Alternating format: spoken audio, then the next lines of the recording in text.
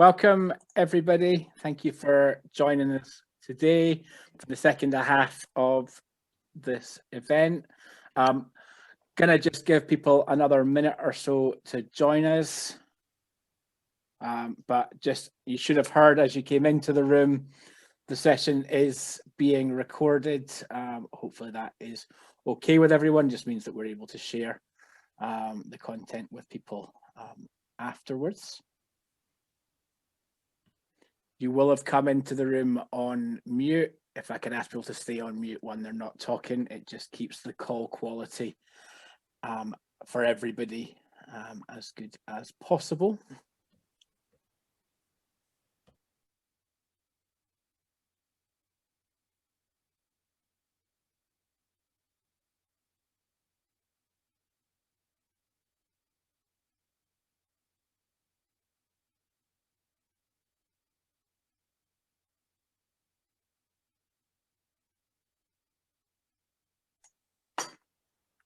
Okay, I want to make a start so that we get everything covered within the time that we have allocated. Welcome, everybody. My name's Ian Bruce. I'm the Chief Executive of Glasgow Council for the voluntary sector, and I'd like to welcome you all back for the second half of this event. Couple of bits. I think everyone was probably here yesterday, but in case there is anyone that wasn't, there is a chat function within Zoom. I'm about to introduce our first speaker of the day. While she's speaking, if you have any thoughts on what she's saying or any questions that you'd like us to ask after she has finished, it would be great if you could type those into the chat. I'll try and keep a handle on them and do my best to present as many of those to Karen in the time that we have available. Yesterday's event, I think, went really well. We had some really good inputs from a number of speakers, and in particular, I think for me, the videos that we heard from people who use social care and whose experience of it has, in some cases, has been really positive, and in some cases, less so, were really powerful in terms of what was important to people and what they valued. So I think that was really valuable. Those videos, if anyone missed them, will be available to share.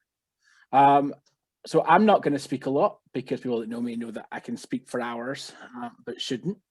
So I'm going to kick us off by introducing Jillian Barkley to speak first today. Jillian is the Deputy Director of Policy and Delivery in the Scottish Government for adult social care, and obviously has a key role now in terms of the future direction of the review of adult social care in Scotland. I won't say much more, Jillian. I will let you introduce yourselves, and Lynn has your slides and she'll be able to share them. Thanks very much, Ian, and I'm delighted to be here. I'm going to make it a confession to start off with. You are the first audience that I've made this presentation to, and I just noticed as we were waiting to come in that the marking official sensitive is on the front page of this presentation, and that's largely because this was a presentation that's been developed by a number of teams across Scottish Government, and we'd kept it official and sensitive until now. So you are the first audience. So my apologies if I trip up or I don't make anything clear. I'm more than happy to go over anything that isn't clear at the end of the presentation. So as Ian said, I work for the Scottish Government. My current background, my current post is Deputy Director for Adult Social Care Policy and Delivery. I've worked in the Scottish Government for 20 odd years, and 11 of those years I've worked around about social care in one way or another. So some of you may have seen me or met me before in my capacity as I did older people's care up until 2014, and then I did dementia policy, and then I did learning disability and autism policy. So I've got a wide-ranging kind of background in adult social care. So I apologise if any of this presentation is very familiar ground to some of you, because I know that the independent review chaired by Derek Feeley took a lot of evidence from people who use social care and who have been providing care to those they love. And so he had tried very hard to take on board as many people's views as possible when he was writing this report. I should make clear that this is an independent report, and it says it on the title, but that means that this is a report to Scottish ministers. It's not an official Scottish Government report. So what happens next is, well, I'll explain that at the end of the presentation. So just to make it clear from the start, these words are from the report and from Derek's findings.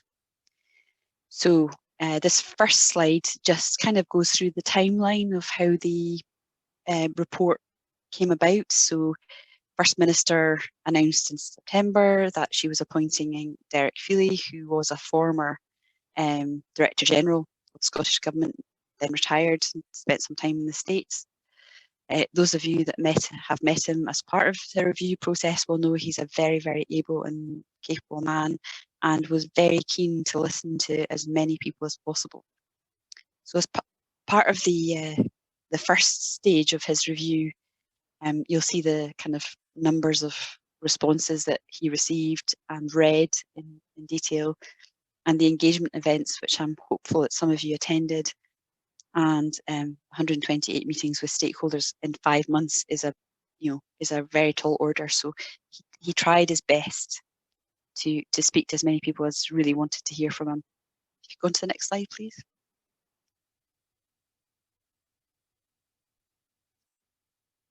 Can somebody move the slide on?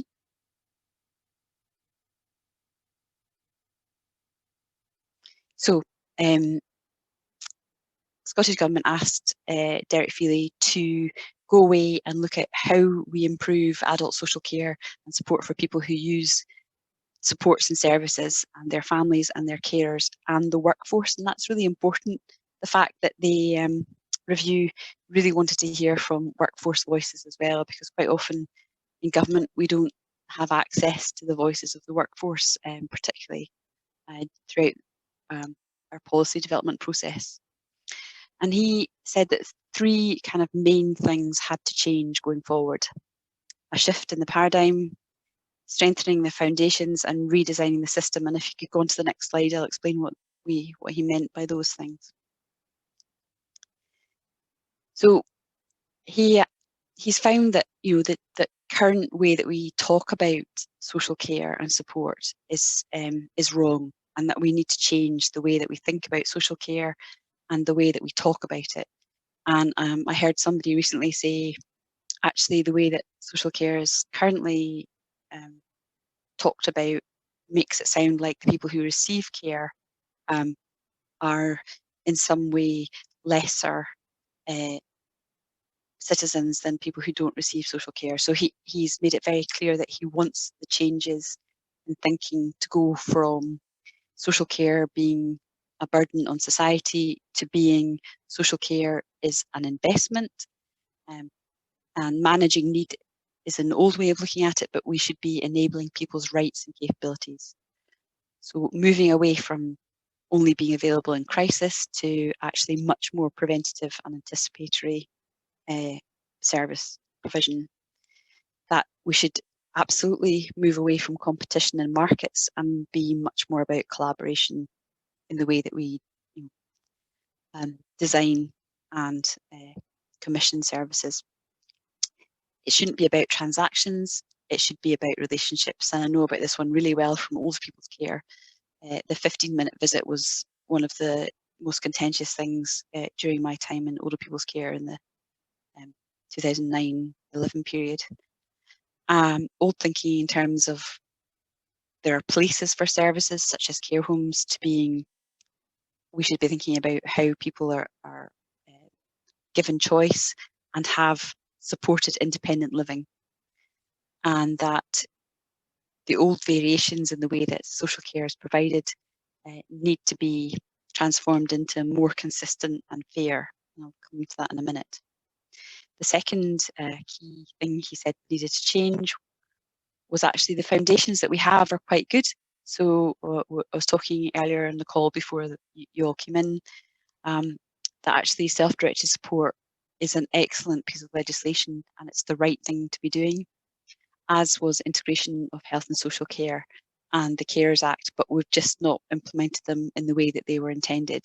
And we have to find the reasons for why that's happened and to make the changes necessary to ensure that these are implemented properly. And Derek suggested that we need to be much better at science-based improvement methodology. That may be his health background, but really how we learn from successful and well-run services and scale these out across the country, something that we need to focus on. We need to nurture and strengthen social care workforce. As I said, we've not really had an awful lot of discussion with the workforce up till now, and that's tricky because social care workforce is so dispersed. And through self-directed support, there's an awful lot of personal assistance out there that we wouldn't have a direct access to in taking new policies forward. So we need to do more to nurture and strengthen the workforce. And we absolutely must support unpaid carers better than we currently do. They need a stronger voice in terms of how their loved ones are supported, and we need to ensure that respite is continued and so that carers are able to continue their role, because I know that most carers, having been one myself for a year, need and want to provide care, but they just need the right supports. If you go on to the next page, please.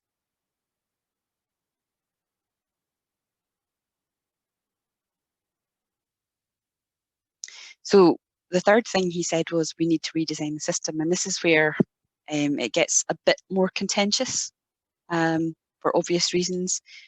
So he's recommended that there should be a national care service, and that's required because that's the only way he thinks that we can achieve true consistency across the country, that it's a vehicle to drive national improvements, ensure strategic integration with the National Health Service, and to set national standards and terms and conditions. That's mostly for the workforce, but actually I think it's much more about standards in terms of quality of care, as I'm reading it, and to bring national oversight and accountability. So one of the big aspects of all of that is the way that we plan, commission and procure social care. We need to move away from this mass procurement, and tendering is really not helpful at all in the context of social care. So he's suggesting that we need to build better, more trusting relationships, move away from competition to much more collaboration, and establish partnerships and not marketplaces. So in doing all of that, there's a really central, pivotal role for the lived experience, the voice of lived experience in all of this. So we talk a good game about co-production, but do we actually do that? Sorry, I see the screen's gone. I'll continue talking. Catch up with me. I think we're on slide 5. Thank you. So I was talking about co-production. So there has to be a duty to ensure that those who are being provided with support are very much part of the system going forward. And he's made 53 recommendations based on those 3 major changes I've just outlined there. So the report was published on the 3rd of February. If you haven't read it, it's on the Scottish Government website, and I'm sure that your host will have already sent it round, because I think that some of you will have actually taken part in Derek's consultation exercise. If we just move on to the next, and I think this is the last slide, and then you can come in and ask me lots of difficult questions. So the last slide is really just to give you an indication of what might happen next. So there was a debate in Parliament on the 16th of February, and Cabinet Secretary Jane Freeman has set out how she sees this being taken forward, and she has recommended that all the recommendations are accepted and taken forward in full. There's a couple of things that we've done immediately, which I'll talk about in a minute, but just to make it clear that, as you'll all be aware, we have an election in May. It will really be for the next parliamentary session to decide what to do next. And that we await it with trepidation to find out who the new Cabinet Secretary for Health will be. I'm conscious that we have done a lot of work already, and I'll just outline some of the things that we have done so far. So we've allocated £20 million for a new community living change fund to redesign services for people with complex needs. Now the history of that is from the report, the Coming Home report by Anne MacDonald, which was published in 2018, and there was a short life working group on people with complex care who were either delayed in hospital for a very long time or had been placed in inappropriate settings out of their local area. So we're providing this fund to ensure that those types of services are redesigned very much along the principles of the Feeley report, ensuring that people have independence and support, and that their family carers are very much at the heart of designing the new services for these individuals with very complex needs.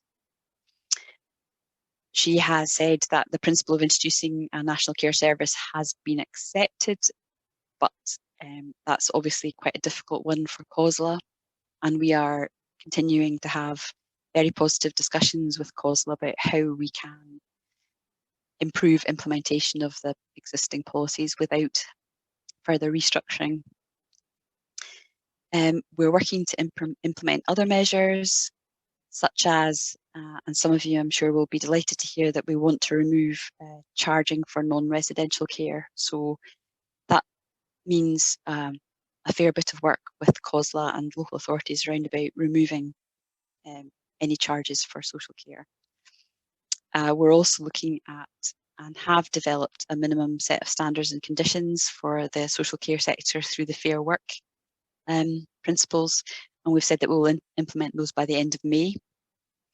We are trying to ensure that there's no delay in the annual real living wage uplift for adult social care workers, which again should be implemented by May, and I think that that brings the current pay rate up to £9.80 per hour minimum.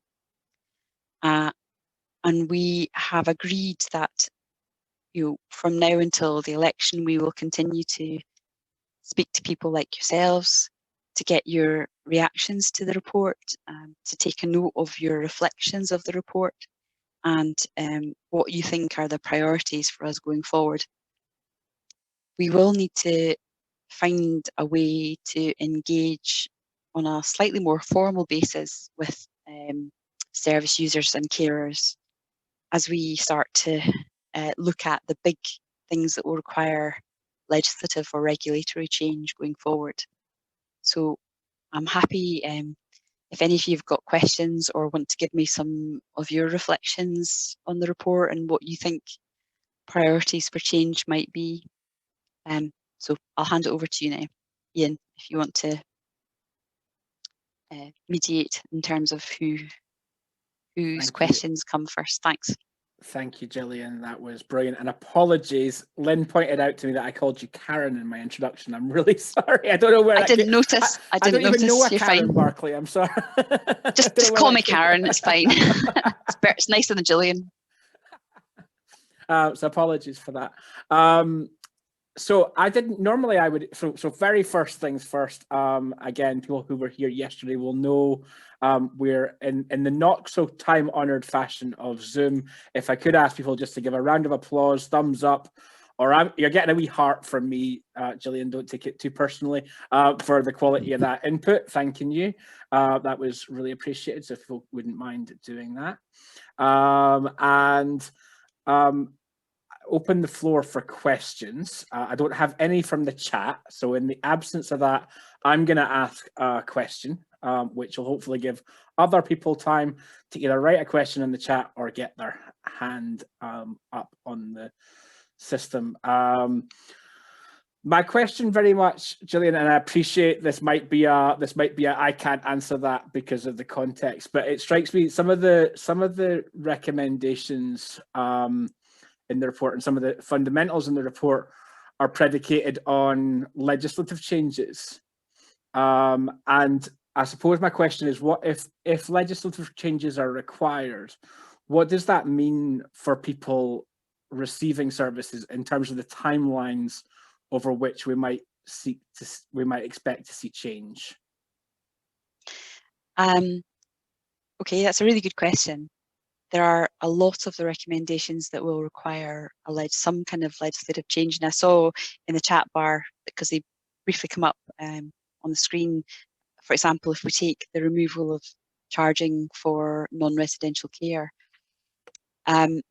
At the moment in legislation, there's no requirement to charge. It's really a voluntary thing on behalf of a local authority.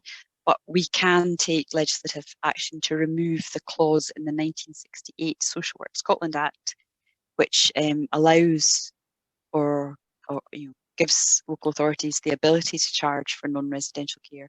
So if we take that as requiring a legislative change to and there are a lot that would require change to the 1968 Act, we are anticipating that if we get a new administration, if it's the SNP or if they're a majority or minority, but if it's accepted that all the recommendations go through, it will take a number of years to go through those processes.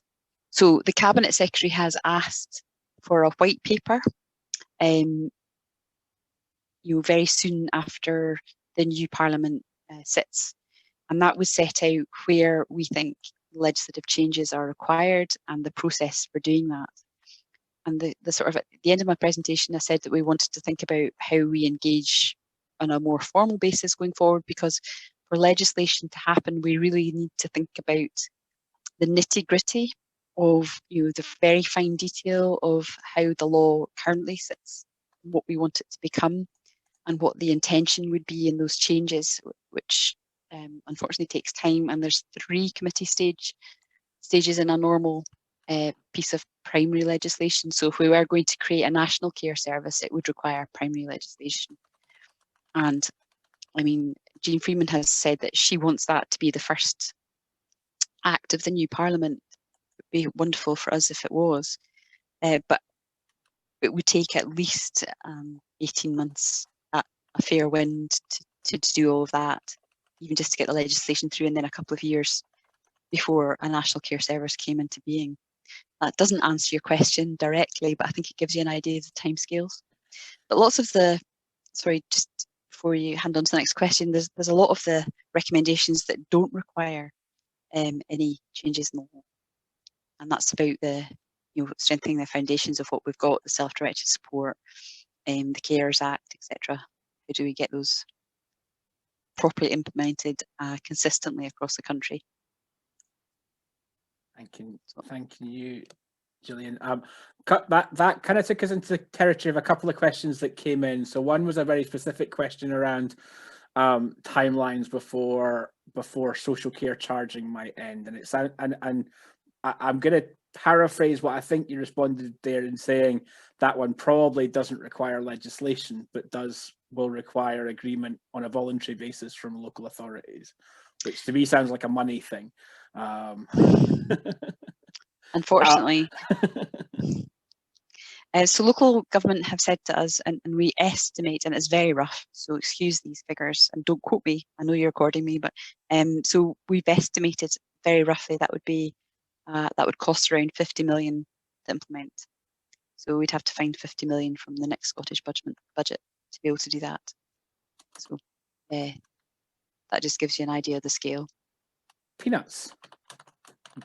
In the grand scheme of things, yeah. Got 50 million in my back pocket. I'd be delighted to hand it over.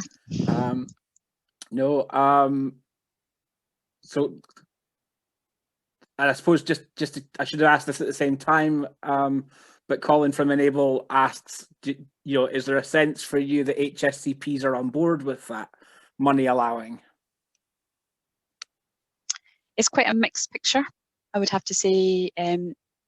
we have regular dialogue with chief officers from health and social care partnerships, and we've had mixed reviews, because I think in a system that's undergone quite a lot of change, not just because of the pandemic, but prior to that, the whole restructuring of health and social care took a long time to bed in, and I think people are just weary from all that change. So I can't say for sure that they're all positive or they're all negative, because it's really mixed. No, that's understandable. Jim Guyanat says you talked a lot about working with COSLA, less so mention of the NHS. What will engagement with NHS look like, I think, is the nub of Jim's question. Yes, so this presentation I've just given you is being made to the NHS Chief Executive tomorrow for a similar kind of debate. We've already had some correspondence from individual chief executives, and I would say again that's very mixed. I think there are areas where there's lots of contention, because if we follow through the Feeley reports, it would take primary care completely away from the health service, which means the GP contract might move away from the NHS into a national care service. So there's all sorts of concerns about how that might work in practice. Lots of issues around about the practical implementation of all of these recommendations that people have got questions. And I've just seen one of the pleas come up on the screen, because I can see your questions just for a few seconds about how we work more closely with service users and carers going forward. And I think one of the things that we could do without legislation is to give carers and people with lived experience a role in terms of the current integrated joint boards. I know that many of or all the joint boards have representatives without voting rights on them, but we can change that to insist that they have voting rights. So that's one very small step change that we could take without legislation. But ensuring going forward that citizens, carers and service users are included is something that doesn't take legislation. It's a change in behaviour that hopefully this report will be an impetus to make that change happen. Just to connect that point, Jillian, Isla McIntosh has spoken about the importance of people with experience being involved in the design and delivery of the system, and specifically asking how we ensure that their voices aren't lost amidst the wider community service provider and carers voices, all of which are valid in their own right, but that distinct group. Yeah, and having come from redesigning or refreshing the Keys to Life, which is the Scottish Government's learning disability policy, we really took a lot of effort to ensure that the lived experience of people with a learning disability were included in the priorities for the next for the refreshed Keys to Life.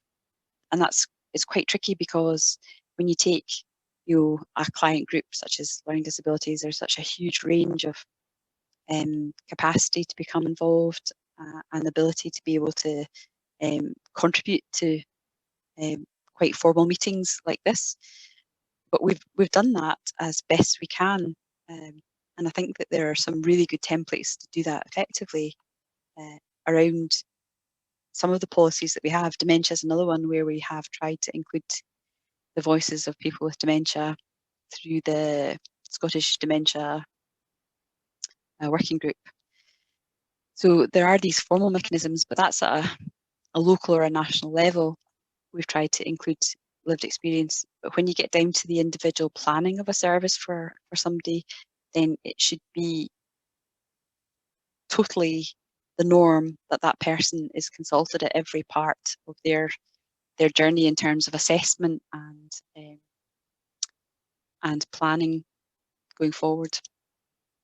So it's how you get the individual versus the local versus the national voice included. Yeah, that doesn't maybe answer your question, but that's how I took it.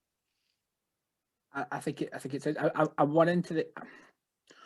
one of the challenges, this isn't a question, it's a follow on from Isla's. I suppose one of the challenges, Jillian, is that I think we've had quite strong guidance around community engagement, around service level, about people being involved in the design of services for a long time. But I think a lot of people would probably say it hasn't. I think nearly everyone in the room would probably say it hasn't necessarily borne fruition. So my question is probably around to what, I mean, what can change that? Is that can I mean, I'm not even sure that legislation can change that. Does No, it's Scottish very much Government have any thoughts? it's very much a behaviour thing, and I think we've been trying to change it for years. Self-directed support is one mechanism that we thought would help to ensure that the person at the centre of a care plan or an assessment was very much involved. But I do regularly hear from people that that's not happening in practice, and I should imagine it's got worse during the pandemic. Hopefully not, but I can see why it might.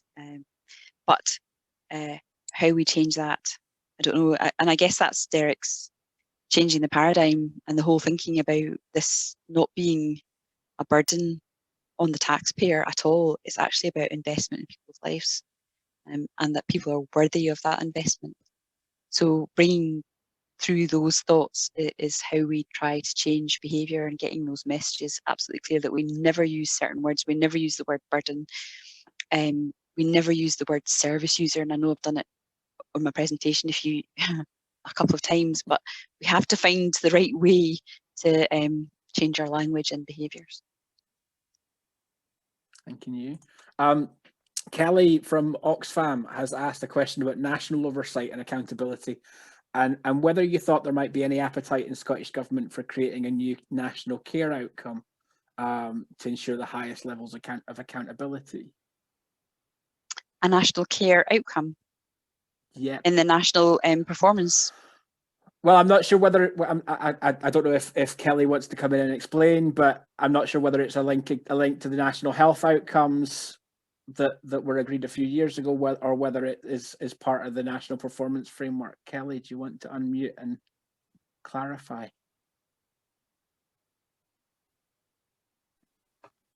Yes, sorry if that wasn't clear. So yeah, it was basically, with the 11 national outcomes that are in the Scottish Government's national performance framework, there aren't any of those that specifically focus on care, which is, in our view, an omission. So it's basically sort of asking the question of, is there an appetite for a national outcome specifically that focuses on care in light of this recommendation? That's a good point. Hasn't been raised before, but then we're just at the start of this journey, and I think it's a very valid one. The national performance outcomes are fairly high level, and there is a health one, but not a care one. You're quite right. So something to take back. It's a good idea. I agree. Thanks. Thank you, Jillian. So Kate starts her question by saying she's wondering out loud, really, but I think it's a very valid question.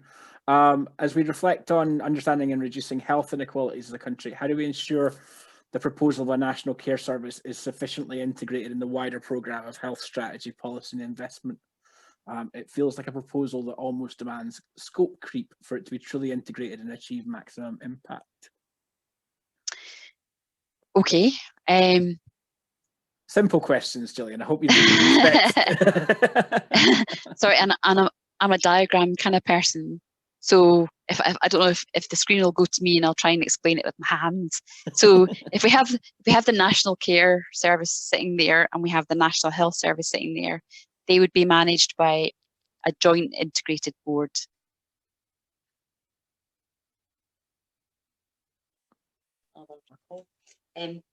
So we'd have the National Care Service on one side, the National Health Service on the other side, but we would have a board in the middle that would ensure that they were integrated.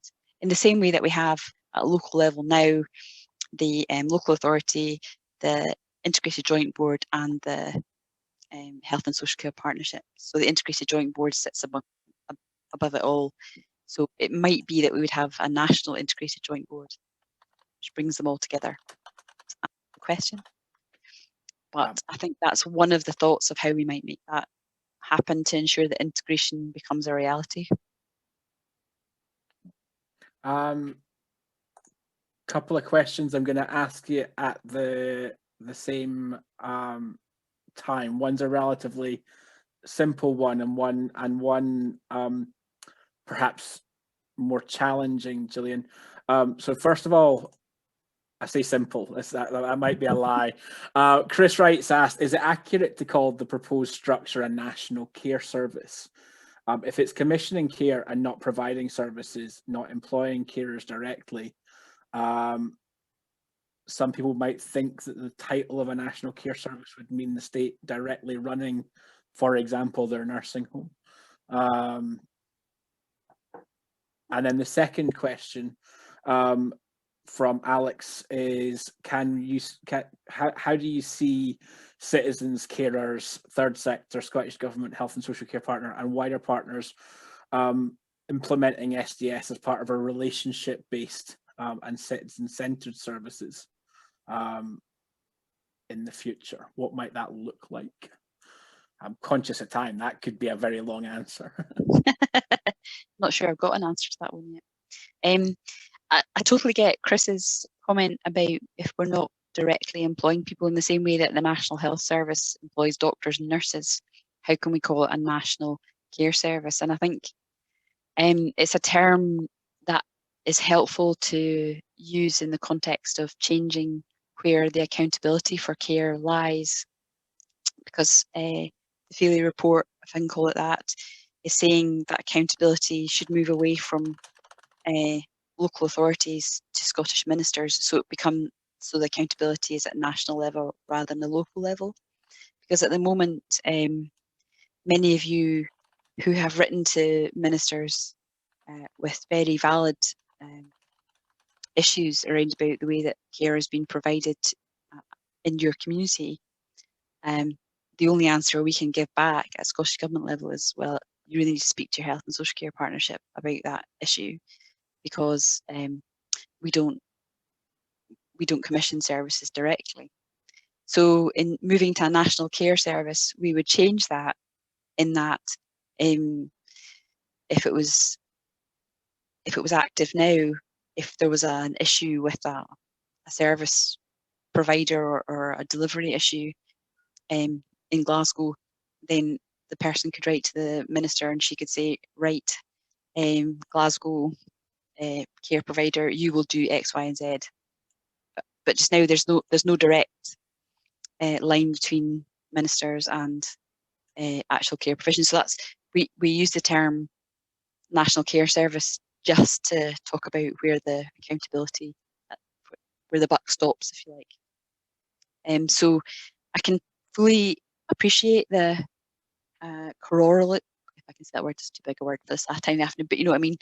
If we were saying it was the same as the National Health Service, it would be a completely different thing we were talking about. So the second question from Alex about how do we get proper implementation of self-directed support. So I'm putting my hand on my head there because that's really quite a difficult one to envisage, and I don't think there's a clear pathway to see how we get it to where we want it to be. It's going to be a very iterative process, but I think it's helpful to start thinking of it in terms of relationships rather than contracts, and a more formal kind of procurement route. So I think relationships is a far more important aspect of making sure that self-directed support is, as it says on the tin, it's about directing your own support effectively. Other questions? One last question, Jillian, because I'm conscious you did say very clearly you need to be at your next meeting for 2, so this is the last one, and it's from Jim Guyan. He asks, the finances for the Carers Act implementation are currently not ring-fenced, which means there's no way to determine how the money is spent for people outside of the HSCP. Is there any way in future money like that could be ring-fenced so that there's accountability for spend? Yeah, and very conscious of that. My colleagues who work directly on the Carers Act and the implementation of the Carers Act are conscious that the money going out to local government now is close to 60 million a year that should be going directly on carers services. And we know it's very difficult to unpick where the money is actually spent. So we have next week, or I don't know if it'll go out today or tomorrow or next week, we are writing directly to directors of finance and local government to try to ensure that that money is spent on what it's supposed to be spent on. But that's one of the problems that we're trying to sort in terms of national versus local accountability. We hand the money over, and it's then for local authorities through their local accountability to spend the budget as they see fit. No, absolutely. There are a couple more questions that have come in, Jillian. I hope you don't mind. What we will do, if it's okay with you, is send them on to you. So any questions that Jillian's not been able to answer live, I will ask Lynn to send on to you, and we'll share it when we share the video. Is that okay, Jillian? We hadn't discussed that before today, but I just don't want to, I know what it's like going from one Zoom call to the next. So let's try and give you the 2 minutes. Well, it's fine. I mean, I'm happy to, if there's just a couple, I can hang on for another few minutes and let somebody else share. I suspect there's about 4 that I've not got to, and I suspect by the time we answer those 4, there'll be more anyway, Jillian. So don't, you're fine. In fact, there's another one just come in the time that I was saying that. So it's a really significant report. It's a really program of work. We hope going forward, and I say that everything I've said is really dependent on who decides in the next parliamentary session what's important and what goes first. But the current Cabinet Secretary is very keen that we implement all of these recommendations. But she's retiring in a couple of months. Yes. Hopefully not starting again, but it's a lot to take on board. No, absolutely, and obviously the context of the pandemic is going to be challenging for whichever administration comes in to deal with anything in addition to just the recovery. So again, people, if I could ask, first of all, Jillian, huge thank you from me. That's been really good, and thank you for answering questions. In particular, thank you for answering some questions that I know aren't easy to answer at this stage. So thank you for that. And again, if I could ask everyone to show their thanks with the reactions button, and we'll let you get away, Jillian. Thank you. Thanks so much. It's been brilliant, and I know the sector will be happy to engage with you going forward in any way that Scottish Government want to be speaking to us about how this is implemented. Thanks very much, Ian, and best of luck for the rest of your conference for the afternoon, and thanks for listening, and I'll hear from you in due course. Fantastic. Thanks, Jillian. Take care. You. Bye. Okay. Next, we're going to introduce Chris Curtis from Food Train. Chris probably doesn't need a huge introduction, so I won't say a huge amount, but he is the regional manager for Food Train in Glasgow, and has a fairly extensive history of working across the third sector, including with Deaf Connections and the Prince's Trust. I think, Chris, you're doing your own presentation, am I right?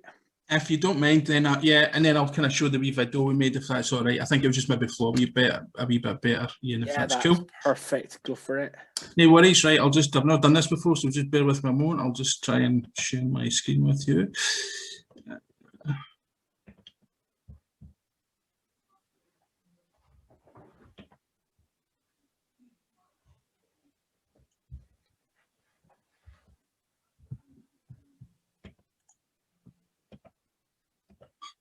Right, Chris, that's it up now.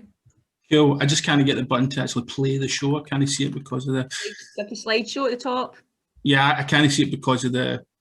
You can always hit F5, Chris. That always starts even without having been able Is to- it good? Good, Yeah, good, good, good, good, good, F5 good. should start it.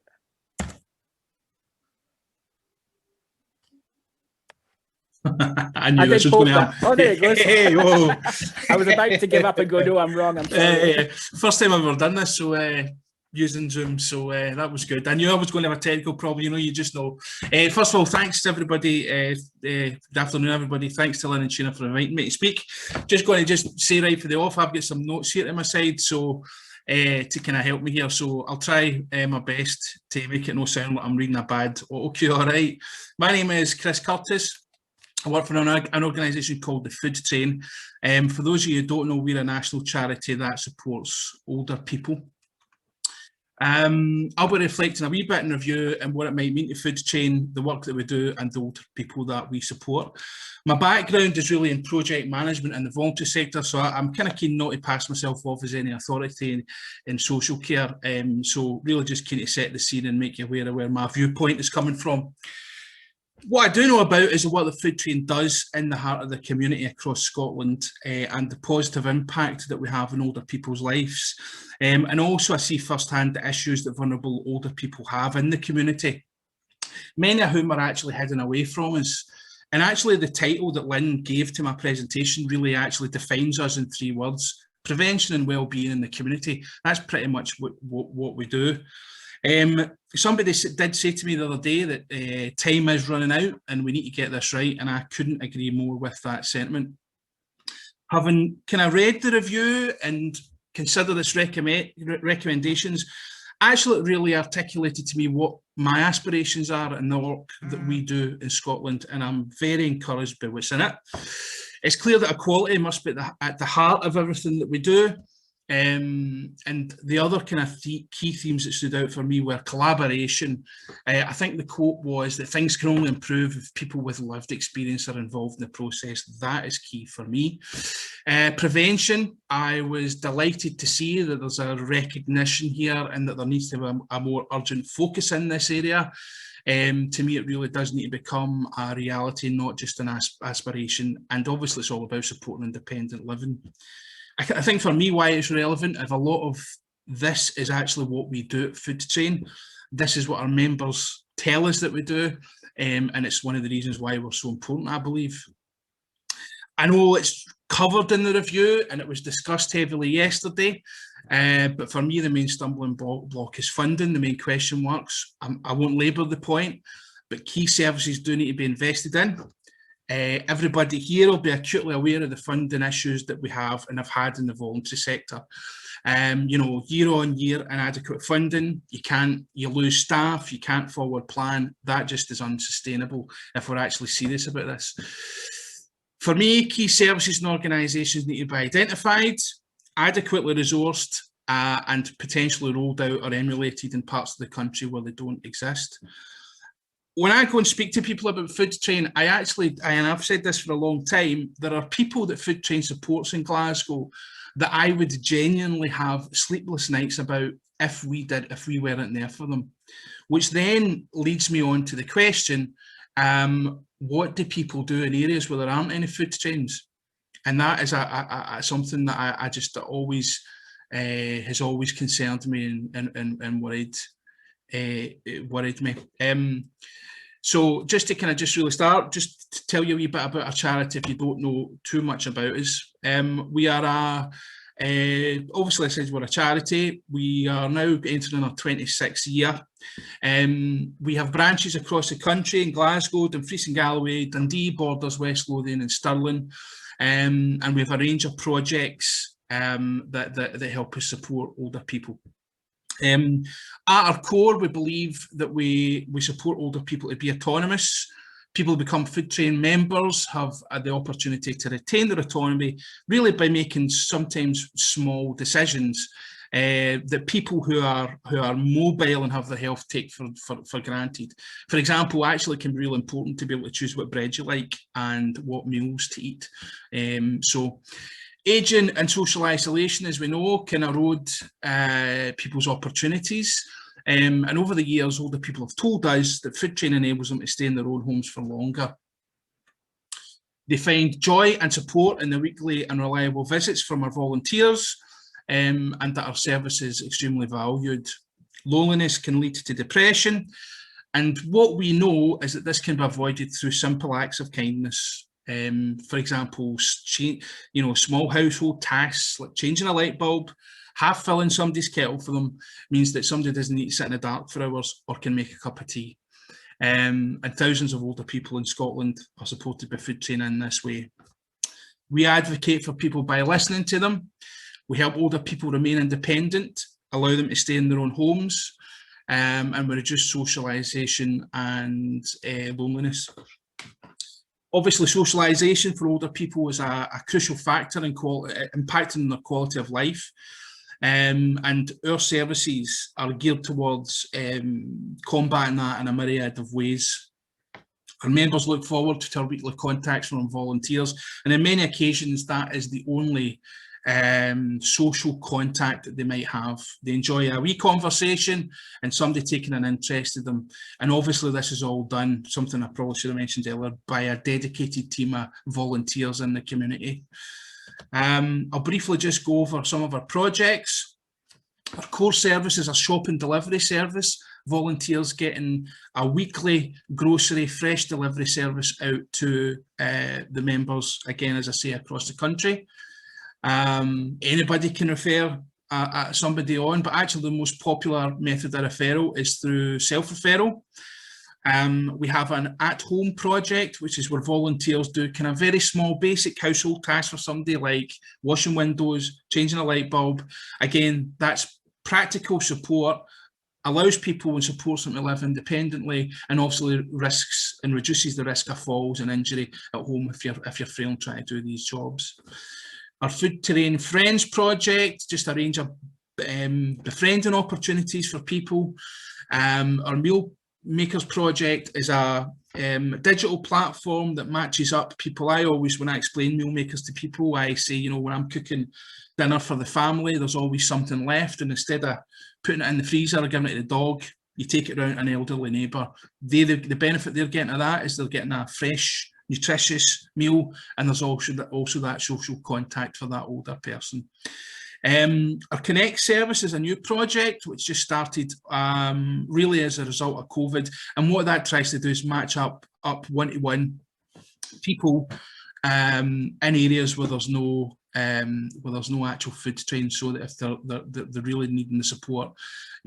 So many people came forward to support Food Train through the actual coronavirus, allowed us to kind of get that set up in other areas. And our Eat Well Age Well report project is it's estimated that 1 in 10 older people are at risk from malnutrition, and that is a research project which focuses on ways to prevent and detect and improve older people who are potentially undernourished. If you're malnourished, you are twice as likely to visit your GP, and you're more likely to require hospital admission, and you're more likely to have greater health issues. Then that's a partnership project that we have between Food Train, the Scottish Government, and Glasgow University.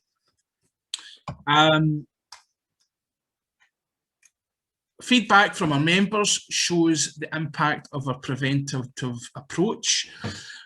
We can help them to eat more, eat an improved diet.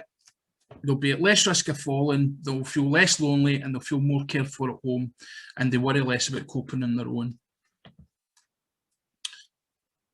Some of the benefits that we provide, it's kind of flexible, easy access, reduces the burden on carers, family, neighbours and friends. As I said, sometimes we are the only social contact that the people that we're supporting have. One of the key things for me is the kind of middle point there, is a sort of silent monitoring thing that we do.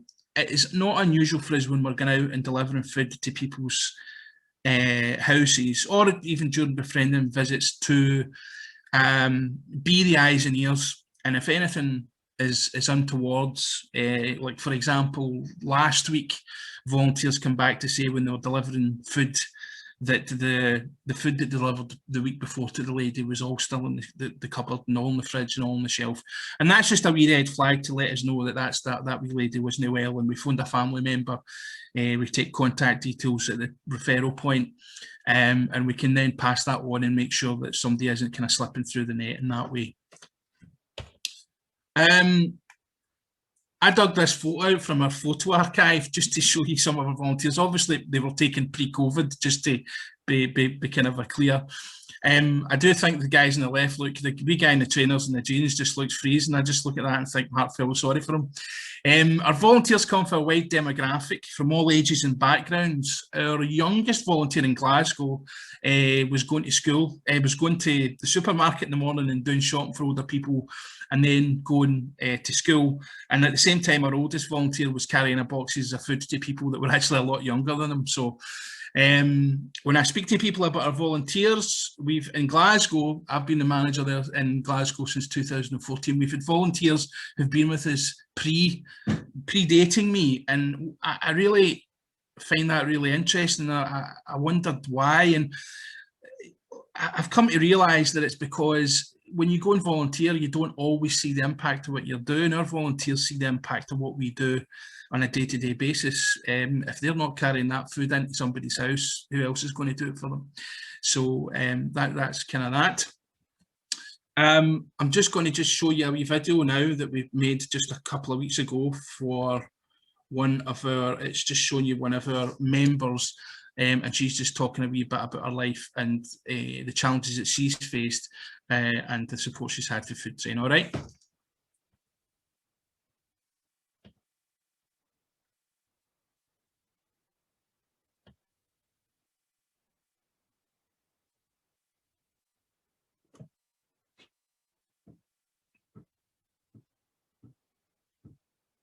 Have you got it, Chris? Do you want me to do it?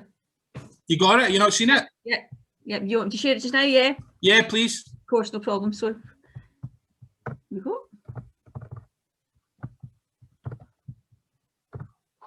Well, initially I didn't know about Food Train at all until I was having a cognitive behaviour therapist helping me with my walking. We'll leave that aside. But she mentioned Food Train to me, and she immediately got on the phone and she said, I've got you to the top of the list.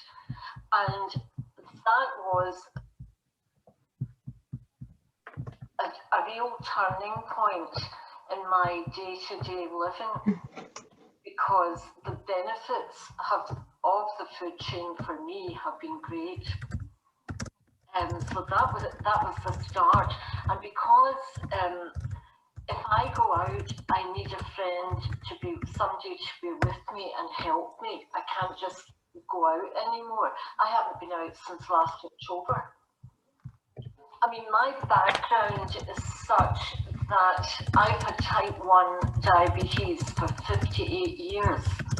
Not many people survive that length of time, and that has its problems as well. And when it comes to food, you have to make sure you have your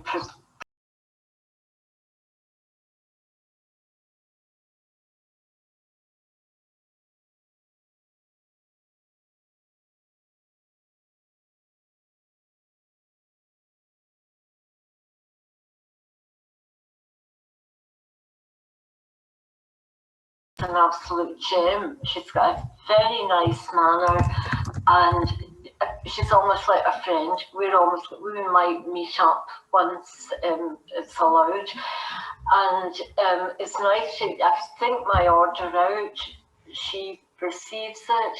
When it comes, the volunteers are excellent. They would put your food away for you if you so wished.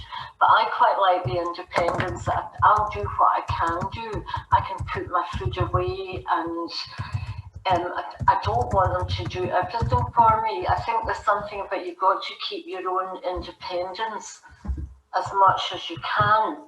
But the food chain is, for me, excellent because it makes me plan my meals, healthy meals, and make sure that I do some cooking. Now, if I didn't have that, I know people with some social care, if they have carers in, and I've used the caring system in the past. I've got through stage 3 cancer in the past. I've been blind for 2 years at one point. I know my eyesight's going. So I have to be so careful of all aspects of my life, and eating well comes into it. A lot of people now with the caring system, the carers don't get enough time to help those in need. They haven't time to cook a meal. They even have, I don't think they get 15 minutes per person nowadays. In the old days when I had help from them, they were wonderful, and they had the time. And I noticed as the years added up, nowadays they're not happy in their jobs because they can't do them properly. There's not enough time, and most of the cooking is non-existent. They haven't even time to boil an egg.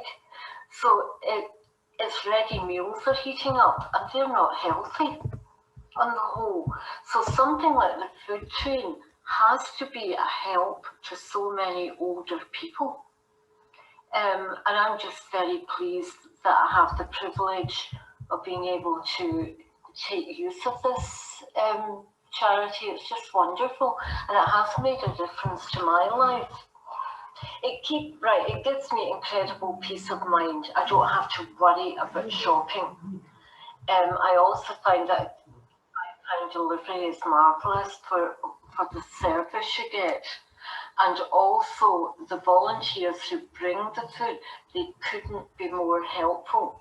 I suppose when I think back to the time I spent having help via social care, the carers were wonderful, but part of their job too is to keep the patient or the person who's using the charity, to keep their independence and just push them enough.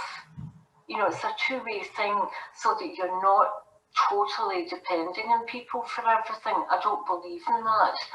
And I think having the structure from the food train once a week in my life keeps me quite motivated. And I mean, I still do artwork, and well, I've got people who come, I help them out art-wise, well, when there's no COVID, that is, and I can concentrate on other things. But food, because I've got type 1 diabetes, food's very important to me and the quality of it. And the food train helps me get there.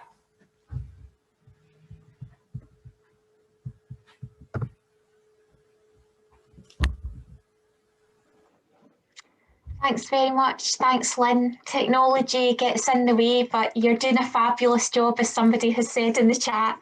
Thanks very much, Chris, and to Kirsty in the video. I think a really powerful message. I should say, sorry, you've noticed Ian's left and it's me now. But really powerful message about the importance of that community connection, and as Shabana put in the chat, you know, really providing social care and that broad context of social care within the community, which is so important for people, and giving people choice and dignity and really being involved. And Kirsty talks about that, keeping her motivated, having someone coming into her life. So thanks very much for sharing that. I love those videos, they really get a message across. We're going to go straight into more speakers. We have a conversation piece, and really delighted to have Shabana Hussain Ahmed from the Coalition of Carers in Scotland. And Shabana has a role working with carers organisations and across the third sector and within policy as well, and is there to ensure the diverse voices of unpaid carers are heard. And Shabana has experience herself of being a carer, and a lot of experience within the health and social care landscape, so really in a great position to inform our session today. And Shabana is going to be having a conversation with Manjulika Singh, MBE, who is a radio show host at Awaz FM. She's also a yoga instructor and a respected community activist. So really delighted. Manjulika teaches different groups of people, and she also chairs the Ethnic Minority Forum in Eastern Bartonshire. So really delighted that Shabana and Manjulika are going to have a conversation and really representing carers, but also the BME community. So delighted to have you, and I will hand over to Shabana. Shabana's going to speak first and then have the conversation with Manjulika. Thank you. Thank you. So I think Manjulika and I had a chat, and we thought we would just use the conversation approach to try and just talk through, I suppose, what the review means for carers as well as other topics, if that's okay, Sheena. Of course, yeah, thanks very much. Yep. In which case, over to you, Manjulika. Thank you, Shabana Hussain Ahmed. Thank you very much. Lovely to know you via Lynn. She approached us to look into this, and I'm so delighted to be here. Shabana, I'll just straightforward just ask you the question. After looking at the review, what does it mean for unpaid carers, and how these recommendations impact on unpaid carers in Scotland? Okay, straight into it, Manjulika. Yes. So the independent review of adult social care, as you know, heard directly from a number of carers across Scotland who shared their experiences of accessing support and social care, both for people that they care for, as well as for themselves. And the review itself, again, quite clearly recognises the vital role that unpaid carers in Scotland play, and that's quite evident from the fact that the report itself refers to carers as the cornerstone of social care support. There's an entire section in the report, quite early on in the report, in fact, which specifically outlines what carers told the review team during that consultation period, and I think in many ways the key asks from carers from the social care review were not that dissimilar from the key asks of people with support needs as well. And I think Derek Feeley quite helpfully summarised some of these key asks into 4 main themes at a recent event that I heard him speak at, and so I'm just going to steal that from him. So the key asks and the themes that he used to describe the key asks from carers were around number 1, hear my voice, number 2, honour my rights, number 3, what he referred to as ease my way, and number 4, see me as the solution and not the problem. So Manjulika, we can just sort of reflect on those 4 themes. So the number 1 key ask was around, that carers were asking, was to hear my voice. So basically what carers were saying was they want to be listened to, they want to be included and treated as equal partners. They want to be around the right tables where decisions about how support should be designed and delivered are actually being made, and for them not to just be observers at those meetings, but to actually have equal power around those tables. Which is why one of the recommendations in the report is specifically around ensuring that carers are represented as full partners with voting rights on these integration drawing boards and on the board of the new National Care Service as well. So the second key ask there was from carers was around honouring my rights. So for carers, this is about, so I guess this is about honouring their rights as a carer, you know, as a woman, as a person of colour, as a human being. It's about viewing social care as a human rights-based issue, basically. And again, we know that carers aren't always made aware of their rights of the support and of the support that's available to them, which is why, again, there's some very specific recommendations in the report which talk about human rights being placed at the very heart of social care. The report also talks about delivering a rights-based system and the importance of unpaid carers being able to understand their rights as well. It also, in the report, it also talks about the priority for duty bearers. So I suppose, for example, social workers. So the priority for these duty bearers needs to be around realising the rights for carers and people with support needs, rather than prioritising, I guess, their obsession with eligibility and costs, I would say. So the third key ask, just moving on from carers, was around what Derek referred to as ease my way. So this was about carers asking for it to be made easier for them to engage with the current and any new social care system that may come into effect.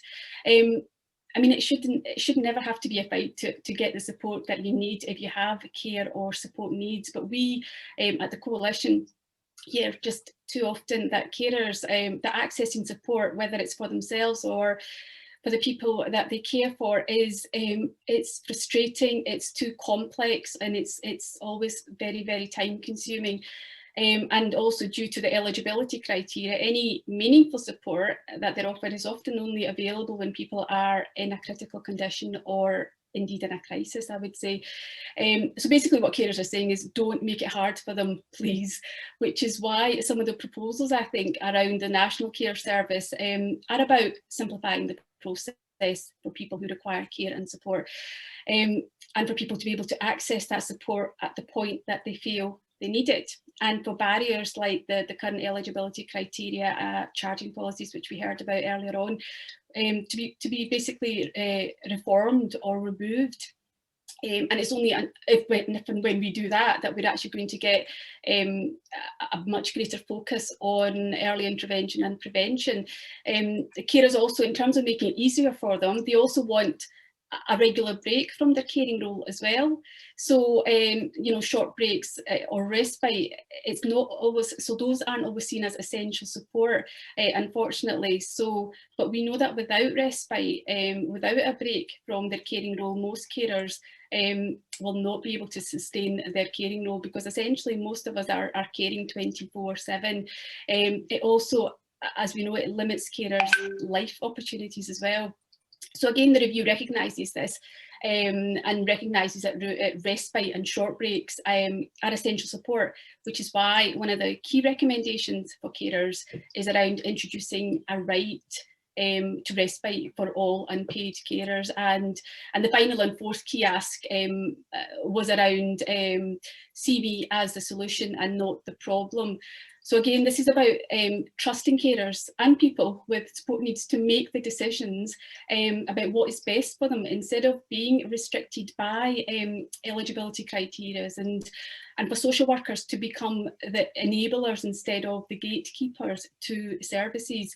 And I would say that's probably why, again, the report recommends that there must be, the phrase they used was relentless focus on involving people who use services to develop any new approaches at both a national and local level. So, so I suppose in response to your question, I kind of went on a wee bit there.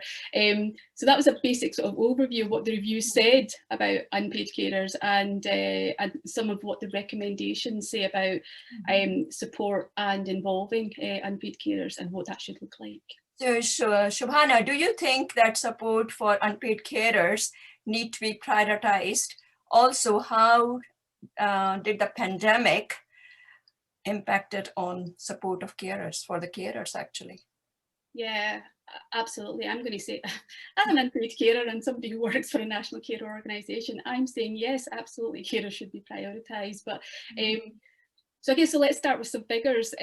So we know that there are an estimated 729,000 unpaid carers across Scotland, which includes 29,000 young carers, so people, young people and children under the age of 18.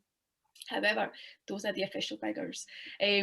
Those are also the figures that are based on the national census data, which, as we know, is well over a decade old now. Since the pandemic, it's been estimated that there's been an additional, Angelica, an additional 400,000 people who have in Scotland who have become unpaid carers for the very first time, which brings the total number of carers in Scotland to over 1 million for the very first time. 1.1 million people are estimated to be providing care for a family member or a friend right now. So carers are, so that number in itself means that carers are effectively the largest workforce providing social care in Scotland right now. Vastly outnumbering those employed in both the NHS and social care sector. So I would say surely that in itself should be reason enough to ensure that their needs are fully considered and addressed as part of any future social care reform in Scotland.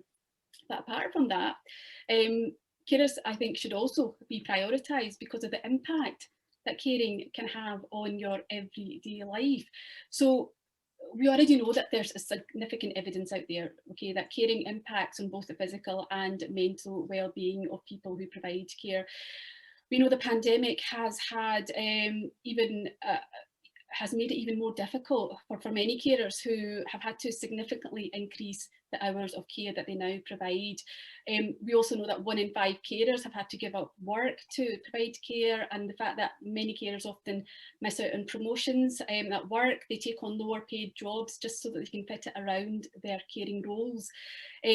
What the pandemic has done is it's increased the risk for carers becoming unemployed now, especially when many of the support services which enabled carers to remain in employment have been reduced or have been suspended completely. There's also the financial hardship aspect. So many carers face significant financial hardship because of their caring role, and some of that is often exacerbated by the low paid roles that they have to take, or the fact that they've had to leave employment. And as a result, carers often face struggle, to make ends meet. And in many cases, they're literally having to make choices between eating or heating their homes. And unfortunately, many carers continue to face that level of debt and poverty well beyond when that caring role actually ends.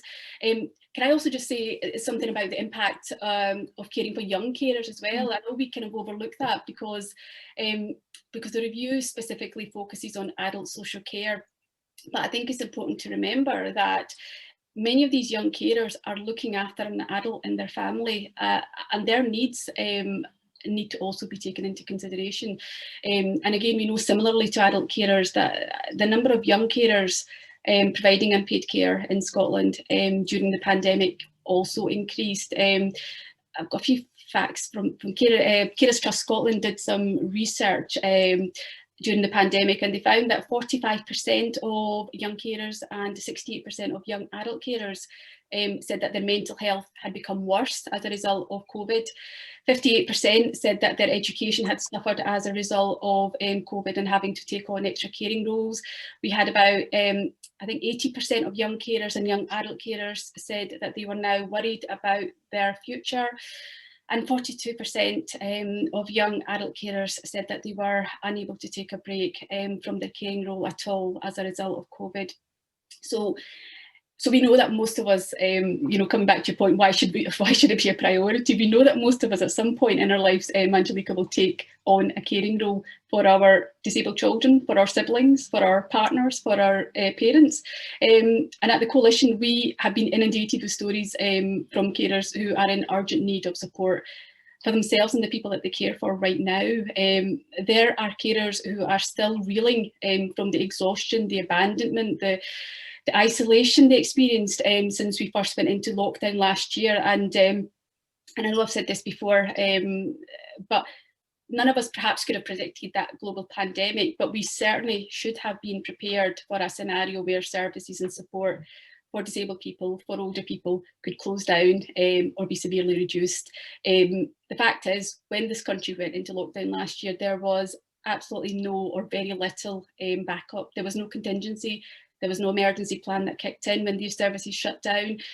Instead, it was largely left to family members and friends to step in and provide some of that vital care and support. a year on, and many of us, I would say, mainly women, have continued to provide that unpaid care without any additional support or break from their caring role.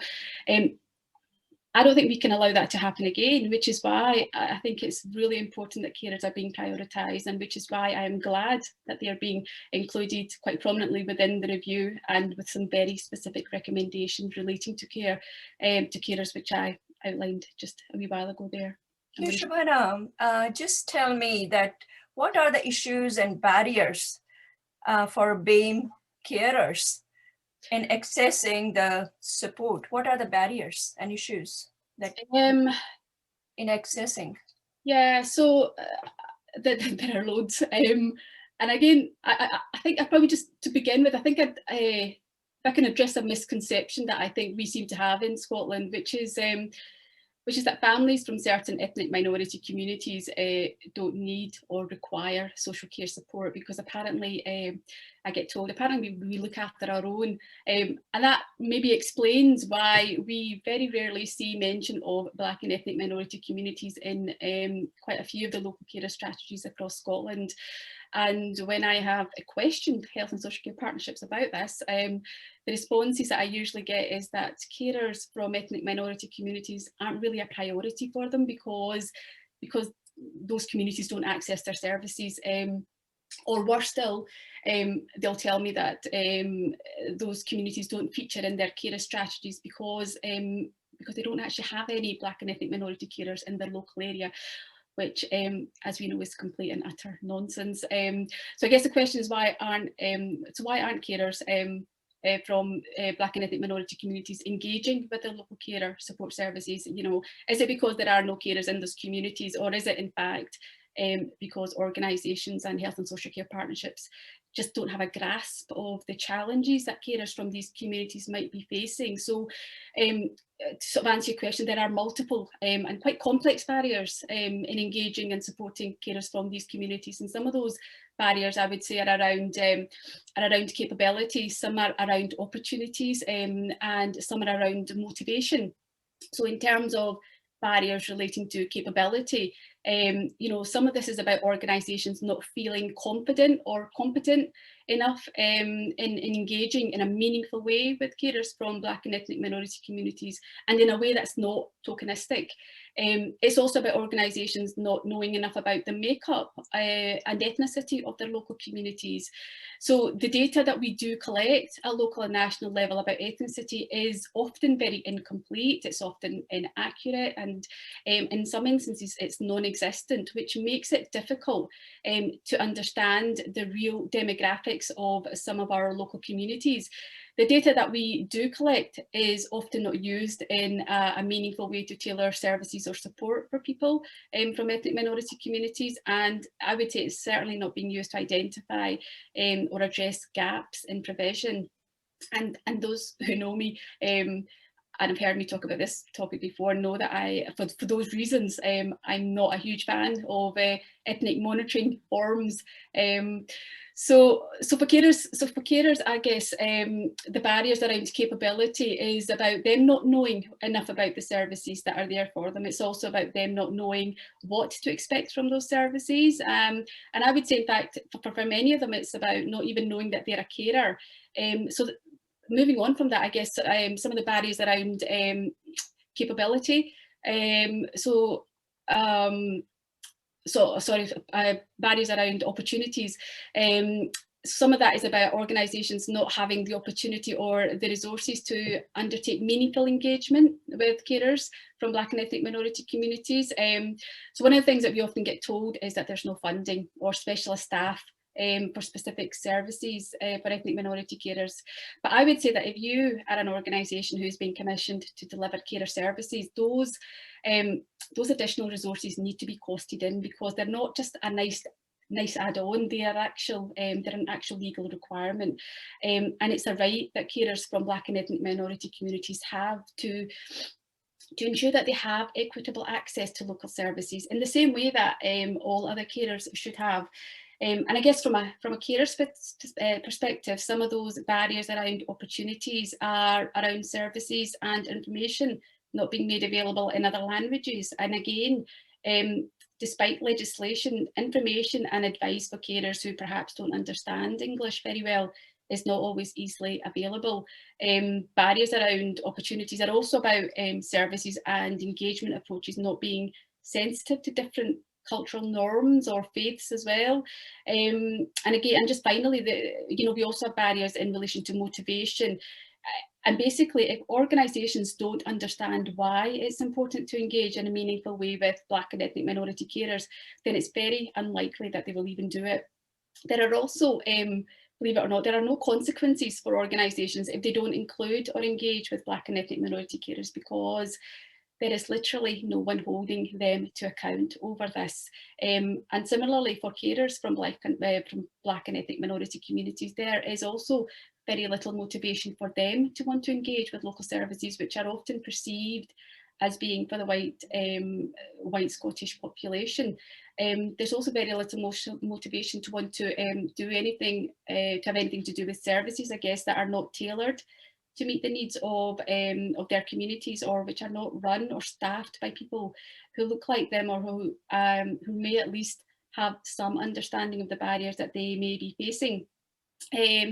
Carers from some ethnic minority communities may also be hesitant about approaching services due to previous bad experiences or discrimination. And that again is something that I guess is very rarely acknowledged. So, Angelica, as we can see, there's a whole range. So we are getting lots of messages and lots of links, which is wonderful. I can see them, so many coming fast. And I think the other thing, Shobhana, I would like to ask you is, you're totally right. Till I spoke to you, I didn't realize I was a carer too of my husband. So which was quite interesting, because while I was chatting away, I do care for my husband. Yes. So that shows that we are really quite hidden in Asian community or South Asian community, very BAME community. We are really doing care without thinking, without actually even thinking in our head that we are carers. So I would like to ask you one more question. Does the review addresses the challenges faced by BAME carers? Shobhana? Yeah, so I think not directly. I think you have to kind of really delve into the report to really, when you've had a few readings of it. So I guess what the review does acknowledge is that the way in which social care is currently delivered is not working for many of us. So it talks about, as we know, it talks about this new narrative for social care, which is exactly, I guess, what we need right now to be able to address the current issues that we also have around the lack of engagement with Black and ethnic minority carers.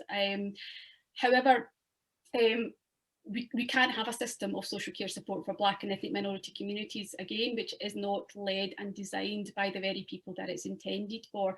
So some of the key things within the review that struck out to me in relation to Black and ethnic minority carers. So the review talks about a redesigning of the system, and the idea that, if you want different results, then we need a different system. So the current system is simply not working for many Black and ethnic minority communities, I would say. The report talks about a new system where unmet needs would be recorded and fed into a strategic commissioning process. And I guess what that means in practice would be that if there are no cultural specific services in your area and there's a need for them, then that information needs to be fed back to the Integration Joint Board with a view of addressing that in the commissioning cycle. So the review also talks about the importance of partnership. And again, the idea that we need to work closely, absolutely, with all stakeholders to ensure that we are achieving the best outcomes for those who require care and support. But this also means that health and social care partnerships and third sector organisations need to work much more closely and in partnership with community-based organisations and faith-based organisations who are already supporting, I would say, many of the Black and ethnic minority carers and people with social care support needs. The other thing the review talks about is empowering people, which again I think is very relevant and very much needed in this context. So we absolutely need people from Black and ethnic minority communities to be able to understand their rights to social care and be able to ask for those rights without fear of discrimination. And finally, the review talks about the human rights approach and the idea that human rights, equity and equality must be placed at the very heart of social care, and it must be mainstreamed and embedded in all of the work that happens. And again, what that means is that engaging and supporting carers from Black and ethnic minority communities, it should no longer be an afterthought or an add-on to what is currently being delivered. There needs to be a much more deliberate and a proactive effort to ensure that all information, advice and support services are designed, implemented with all of these communities in mind.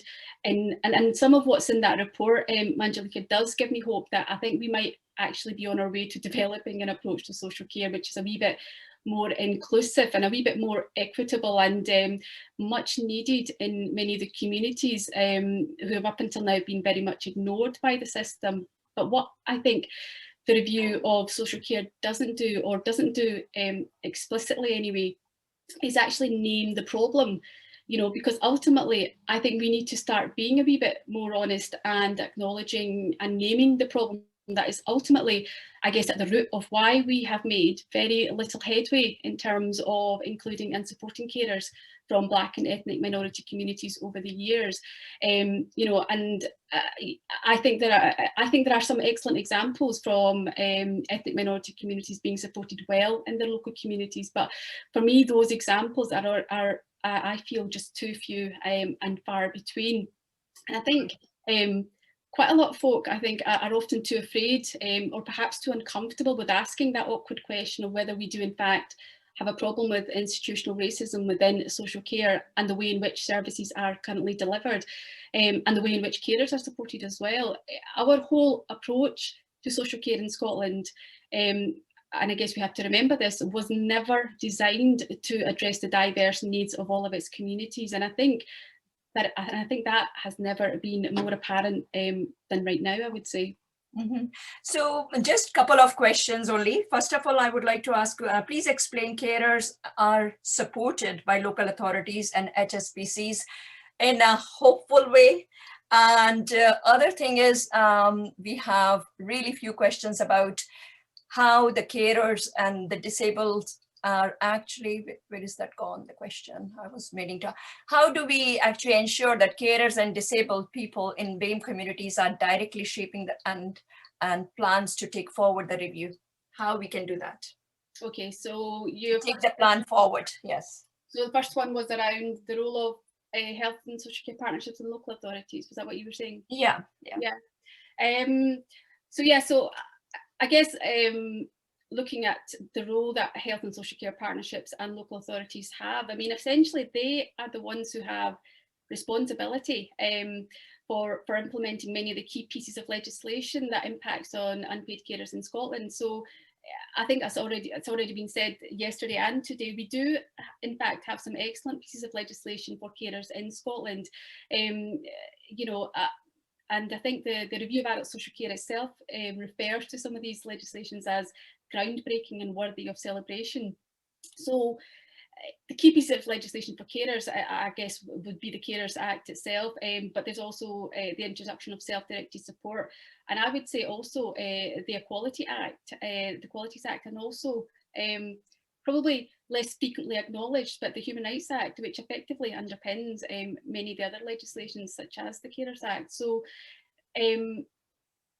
I guess, so what do these pieces of legislation mean for carers, and I guess the role of health and social care partnerships in this? So the Carers Act and the Qualities Act means that the local authorities have they have a duty. They must provide local information and advice service which is accessible to all carers. It also means that there is a legal duty on local authorities to ensure that they support, again, all carers who have eligible unmet needs. Local authorities must also ensure that carers, that they involve carers from a range of different caring circumstances in the planning and evaluation of local carer services. And that includes the views from a diverse range of carers when they're preparing local carer strategies, as well as their wider strategic plans for health and social care partnerships. And I think you were saying, you know, how do we ensure, was a sort of another question there, wasn't there, about how do we ensure that carers from Black and ethnic minority communities are included? I mean, so that the duty there effectively sits with local authorities and the health and social care partnerships. You know, it's but it also goes back to the point that I made before. Nobody's holding them account to this, you know, and until we do, you know, they can carry on ignoring that duty, you know. But, you know, aside from that, you know, as I said, there are some really excellent pieces of legislation that are designed. So you are hopeful, very hopeful now.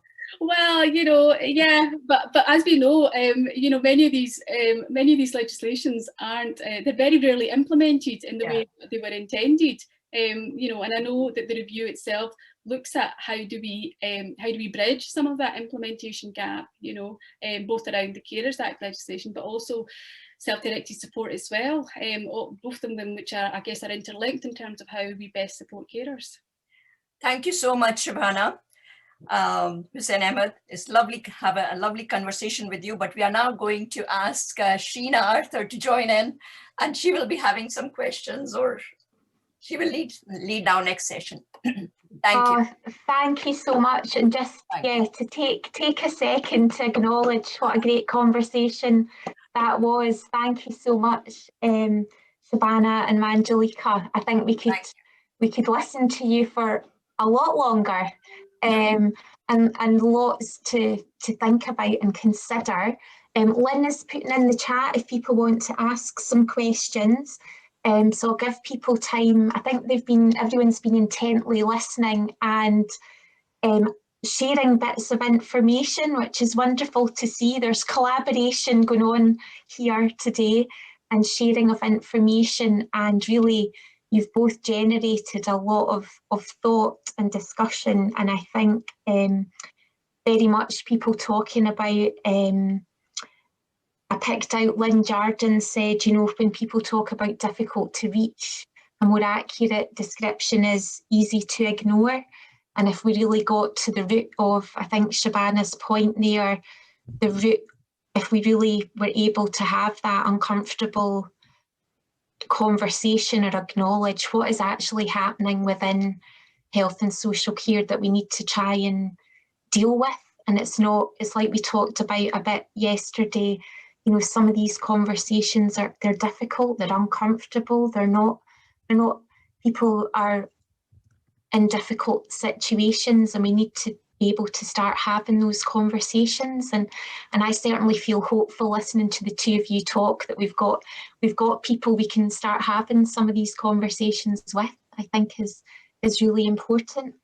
We've also got, if people want to ask questions of Chris, as well. A lot coming through about the workforce. So Shabana, thank you. The over 1 million carers in Scotland, and if we were to, you know, think about that as the workforce, that's a lot of people. And somebody put in the chat, if all these people stopped, you know, the system would. Oh, it's Lynn, my colleague Lynn. What would happen if you all decided to strike, for example? You know, that would just. The system could not cope with that. So I'm really delighted that, as Shabana says, carers have been recognised within this. Now, I'm trying to see if we've got some questions coming in. Yeah, Sheila has a couple of questions. So Chris Wright asks, do the figures for unpaid carers include childcare? I suspect the answer is probably no, Shabana, or Chris, you might want to come in at that point and say. No, you're right there, Lynn. Childcare, I suppose, if your child is disabled, it's still childcare. But I think just to be clear, so the definition of unpaid care that's being used is about whether you're providing care to somebody who requires additional support or care due to a health condition, due to a physical or mental health condition as well, or due to age. So basically, if they have care and support needs and you're providing care, if your child just requires care because they're a child and they're, if it's just an age-related thing, then no, the official figures don't count you as an unpaid carer, even though being a mum certainly is very unpaid, but very enjoyable. Can I add, in case my kids ever watch this back? Most days, Shabana. Yes, obviously, Chris, is there any comments you want to come in and make around this? Because obviously you'll pick up work with you'll maybe pick up the odd unpaid care. I think although a lot of your work's around people who are isolated, but through the pandemic? Is there stuff that you've picked up around unpaid care and through your work? With food train, talking to me, sorry, Lynn, yeah? Not really. We have the people we work with have got such a wide through the pandemic. A lot of the people we have were shielding, so they were even more isolated. So in terms of working with unpaid carers, we were getting a lot of people. So we got a lot of like referrals to family members who were carers who basically just couldn't go anymore. And the challenge we had was along with just getting the food to people, but how do you get food to people without passing the virus on to them? Which was kind of really one of the big challenges we had at the start of the pandemic, and that's what we've been dealing with all the way through. So yeah. Yeah, great. Shabana and others, Jim Guy, which I know you know Shabana, talks about, and I guess it's about some of the costs around how we build in costs now to cover things like translation, making sure we're building an inclusion from the very start of this process. Are there any sort of comments you want to make around that? Because I think obviously you know yourself when often these things, it's an afterthought, as you've commented on that. I mean, so what do we need to do to sort of make sure that that as we take the review forward, that we are being completely inclusive? And I mean things like, you know, sign language as well as language translation, so that we're involving people at the very earliest stages. So 2 points on that. So firstly, I think quite rightly, as you just said there, Lynn, there's an issue about accountability. So the point I was making right now, people should be doing this, okay? Health and social care partnerships, they have a legal duty to ensure that all their services, all their information is inclusive, is accessible, and that's not. And I think sometimes health and social care partnerships believe, local authorities, and I suppose any authorities believe that they're doing enough if they are providing wheelchair accessible venues, you know, and that seems to tick the accessibility box for them most of the time. But actually it's more than that. You know, how do you ensure that your services are open to everybody that you're supposed to be serving? And as I said, unfortunately, nobody is holding them to account to this, which is why, you know, I'm really intrigued and interested in the whole accountability that the National Care Service will hopefully have, and will sort of filter through to the sort of you know, reformed integration joint boards. So accountability needs to be there. The other point I think Jim made specifically around leaflets. So I have a bit of a view on that, which might not be the coalition's view necessarily, but I think we actually need to start thinking differently in terms of how we communicate information. I think for too long we have relied on translated materials and leaflets, thinking that's the way. And I think the flaw in that is actually, if you think about it, I mean, if I can use my parents as an example, so my mum is somebody that you might think, oh, I'll give her a translated leaflet because she doesn't speak English.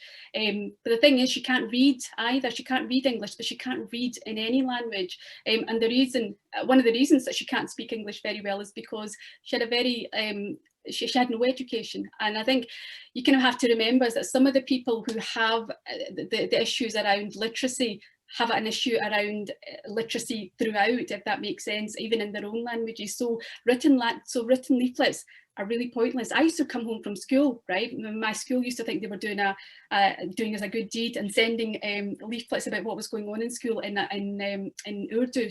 And I'd give them to my mum, and they meant nothing because she couldn't read them. So, you know, the point is, how do we communicate information? Let's stop being lazy and just translating information.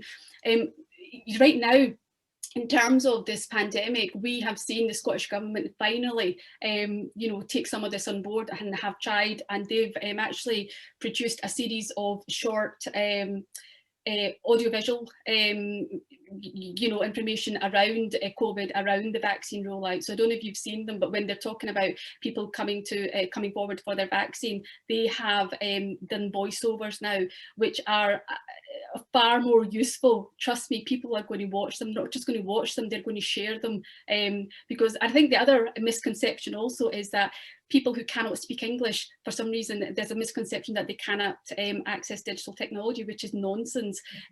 My dad is on more WhatsApp groups than I am, okay? with all his wee pals from across the country, and they communicate not in English but, you know, in their own lingo, and these kind of videos are fantastic, because, you know, I'm not sure if that's the kind of videos they share amongst themselves, but you know, but it's, if I was to post that to my dad, if I was to WhatsApp that video to my dad, he would share that with all his friends, you know, all older South Asian men in their 70s, you know, and say to them, you know, this is what the government's saying about, you know, about the vaccine, this is what they're saying about, you know, the pandemic, the rollout, but it's whatever it might be. None of them are going to sit there and read a leaflet, because half of them can't even read, you know. So it's about let's get past that, you know, let's actually think through, and some people might say, oh, but, you know, I never knew about this. You wouldn't know about it unless you start involving people who have lived experience of this, you know, in your organisation, you know, in your boards, you know, in your services, you know, which goes back to the point, how do we become more inclusive? We need to be more open, you know, we need to be more open to listen to more diverse voices to be able to influence your services. Absolutely. In fact, you can probably hear the phone in the background going there, sorry folks. Just a couple of final points. Marianne from GDA's made the point, is endorsing that point about videos and visual sort of communication, Shabana, around obviously BSL and subtitles, and I think sometimes the visual nature of these things works really well for people in different ways and who communicate differently. So I think there's a really important point there. Can I just say one more thing, and then I'll shut up. So when we're coming back to communication, and I think Marianne makes an excellent point there as well, is even when it comes to translation, you know, when we talk about translating leaflets, it's not a panacea, because you can only translate what you put in, if that makes sense. So if you are sending the translators, you know, gobbledygook and jargon-filled information, that's exactly what you're going to get out on the other end. So we need to, so the starting point needs to be, how do we ensure that the information that we produce and we put out is easy to understand for most folk? Because again, going back to, my dad's going to be featured in this quite a lot, but going back to my dad, although he can speak slightly better English than my dad, it's not that great. But actually, if you gave him a leaflet and you broke down the information, you know, in a way that could be understood by maybe an 8 or a 10-year-old, my dad will get that. He doesn't need a translation, therefore. And so it comes back to the point, let's get away from jargon, let's get away from all these, you know, sort of you know, complicated ways of explaining things. Let's just start talking about things in a way that makes sense, because actually that will make things accessible for so many more people. That, and let's make our information far more visual as well. You know, so it goes back to the point, although you might be thinking you're targeting people from Black and ethnic minority communities, you're actually making it easier for so many more people as well at the same time. Absolutely. Ella makes the point about the reading age and some of the challenges people have around that in the UK. Chris, in terms of the people you're working with, because obviously your service is quite specific in terms of what it does across it, and it responds to differently. So what works for people who are older, who are isolated? How are they finding out about the work that you're doing? Oh, that's a very good question. A lot of it's word of mouth. A lot of it is through other people that may be working with them, social work or other organisations. That tends to be how they're finding out, how they find out about us. Also, we've got a fleet of big white vans with all our kind of logos and stuff, and actually it's amazing the amount of people that phone us and say, I saw your van, you know, kind of, what is that? I see you delivering food to my elderly neighbour across the street. So that's kind of some of the ways that we use to kind of engage with a lot of the older people. I speak to people, you know, various people that maybe should know better, that have said to me, why don't you just go online to Tesco and order their food? And you kind of think, well, you just clearly just don't understand our demographic, aside from the fact that none of them have got the technology, you know, the hardware, they don't have access to Wi-Fi, they don't have the confidence in it. Not everybody, we do. It's funny, the amount of people in the last, like, when I started with Food Train way back in 2014, in the last year, we've started getting shopping orders emailed into us for people, which never ever happened before, and it is becoming a bit more prevalent. So you know, I think, you know, maybe about 12 or 14 or something like that, but that's quite a That's so, you know, so maybe older people are getting a wee bit more access to technology, and I know there's been a lot of initiatives through the, you know, in recent months with the COVID, but I would say that's kind of really how a lot of it's word of mouth and stuff. Absolutely, absolutely. Thanks. It's interesting because, like Shabana, I'm also a carer, and my husband, who is not digitally savvy at all, but if he does something online, it takes him about 2 hours because he has struggled. He can't balance himself. So it's people can't access digital for a different range of reasons, and it's not willing. It's just sometimes even physically it's a challenge in some ways. Yeah. Just a few final points to today's with yourselves. Any comments you want to make, Shabana and Chris, around that? So a couple of people who have worked in the public sector have said that they have worked hard internally to try and overcome some of the barriers that you've outlined around accessing services, but have faced internal barriers to doing that. And I guess, is there any comment on that, Shabana and Chris, about, you know, how do we, there's a kind of culture issue here around, it goes back to this inclusion of people and making sure you're building that from the very start. So is there a way of tackling that, do you think? I think, just quickly, if I can just say, I think sometimes we hear quite often, I think we heard earlier on today, or I might have heard it at a previous meeting, but I've been in meetings all today, and we've constantly been talking about what needs to change is culture. They're talking about a culture change, but even that I have an issue with, because I think in some ways people don't really understand what we mean by culture change. And I think it goes back to the thing that I was saying earlier on. We need to name it, you know. Culture change doesn't name the thing that we need to change. We need to be very specific. What are we actually talking about when we're talking about a culture change? We're talking about a set of behaviours. Let's name those behaviours, because I think until we name those behaviours, we are never going to be able to address them, because all we ever hear is we need a change in culture, let's give them some more awareness. No, you know, that's a very simplified way. And I think going back to what the Feeley report is all about, if we keep doing the same things, we'll just keep getting the same answers. So we need to change the system. We need to actually stop labelling it culture change. I know even Derek Feeley calls it culture change, and but we need to be more specific, because culture change means so many different things. It encompasses so many different behaviours. It encompasses individual behaviours, but also organisational behaviours. Let's specify those, because until we don't specify them, we won't be able to pinpoint exactly what intervention will best address those. And I think we'll still keep having these conversations until we do that. Absolutely. Yeah. Sheena, I'm conscious of time because I think we finished a bit earlier today. I mean, Manjulika, is there anything you want to say from your, obviously recognising is that you're a carer for a start, so welcome to the carer family.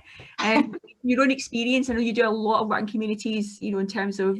Yes, I feel being in the community and being actually a chair for Ethnic Minority Forum in Eastern Bartonshire, I'm feeling similar feelings. Actually, the thing is, I felt that elderly was really isolated during this pandemic time, because they had lots of barriers with not only language, their food, now they are nearly isolated for 11 months, and they have no connection because they are not computer savvy.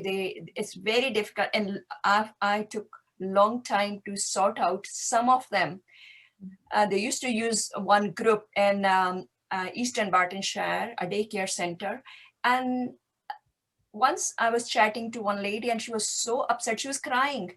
She was saying, I have no will to live. And I said, what happened? She said, I haven't seen any human being. And these are the issues there. And I said, okay, I thought about it. I said, what to do? And I thought, okay, I'm going to set up a Zoom thing. And I tried my best, but I could only link to the 10 people because there was nobody there who can go and support them physically because of pandemic. And we couldn't actually lockdown. We couldn't go and help anybody.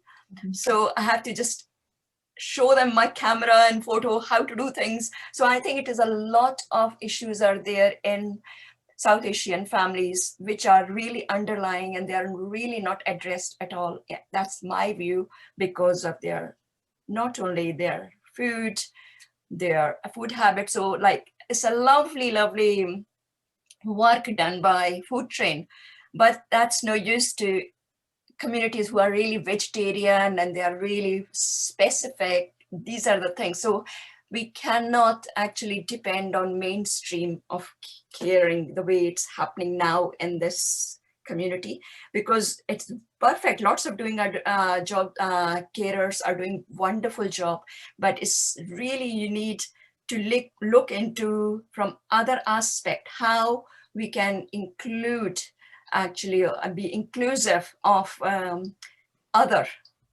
people who are ethnic minority, which is not addressed totally. I feel that way, because they are really, really isolated. They are suffering in this difficult time, and nobody's there to listen to. I think it's just because I know them, I know what is happening behind the scenes. Absolutely, absolutely. Yeah, really difficult, very difficult times just now. They had one day they used to go at least for a day for a daycare center. They used to get ready, get dressed. They used to look forward because the language barriers were not there. They shared the same heritage, culture, food, stories. So they were really totally different. Now you see them so depressed, upset, and because there is no end to it. And I think few people have passed away during this time because of they haven't seen anybody. They felt very isolated and lonely.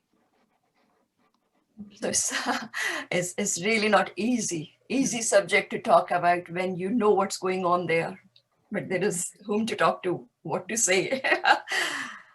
You want to be just hopeful and try that, okay, whoever can help in the community can go and help them. And that's it. Thanks, Manjalika, and that's a really powerful message, I think, and coming through really strongly about the need for things to happen at that community level and for people to be part of the solution, involved in the discussion, not somebody removed making decisions. I think that's coming through really strongly, and it has over the 2 days. I'm conscious of people's time, but we've not had a break. Do we want to have a break, or do we just want to sum up? I think just sum up. I think people are going to other meetings and stuff, so I think we've covered a lot. Okay. Yeah, thanks so much everyone for the discussion. There's loads. Lynn is amazing at collating all this discussion, so I know she's going to pull something together for us to consider and to think about, and thanks to everyone for participating. We've had quite a lot of engagement with the Padlet.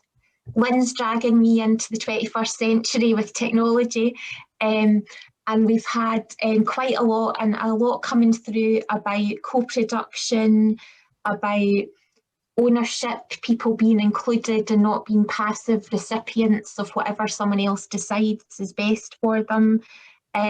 Something that really resonated with me, somebody wrote about the right to life and that human rights that Shabana and Manjalika were talking about earlier, about not just having basic needs met, but the right to have a fulfilled life that involves social interaction and engagement with others.